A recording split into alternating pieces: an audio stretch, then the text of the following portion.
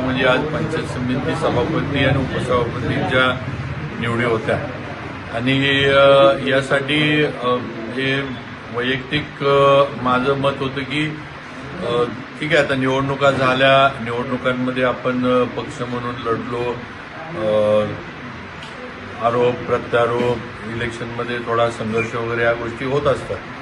पण आता तालुक्याच्या विकासासाठी आपण आता सगळेजण एकत्र आहे आणि महायुती म्हणून एकत्र येऊन सभापती उपसभापती निवडी करूया. आणि आम्ही जसं महायुतीतल्या आमच्या घटक पक्षाला ऑफर पण दिली होती किंवा उपसभापती पद तुम्ही घ्या, 3-3 आहे, चिठ्ठीवर जाण्यापेक्षा उपसभापती पद तुम्ही घ्या, सभापती पद आमच्याकडे द्या आणि त्याप्रमाणे आपण बिनविरोध निवड करू. आणि कुठेतरी संघर्ष किंवा पुढे काम करायला, आता 6 सदस्य आहेत, 6 सदस्यांना पंचायत समितीमध्ये काम करायला एक चांगलं वातावरण या निमित्तानं होईल. कामं जी काय शासनाकडनं येणार आहेत, जी काय जिल्ह्यातली असेल ती पिढी होत राहतील. पण जे प्रयत्न माझा होता त्याला आमच्या महायुतीतल्या घटक पक्षांकडनं म्हणावं तसं सहकार्य मिळालं नाही.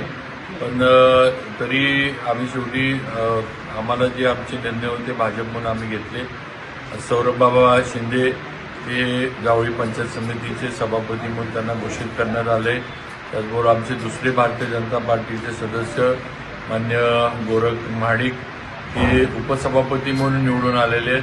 सगळेच सकारात्मक असताना काही ठराविक लोकांच्या थोडं मीपणामुळं किंवा काय म्हणायचं इगो म्हणा काही म्हणा त्याच्यामुळं आज हे खरं म्हणजे शिवसेनेला एक पद मिळालं असतं, ते पण पद आज शिवसेना घालवून बसली असं म्हणावं लागेल.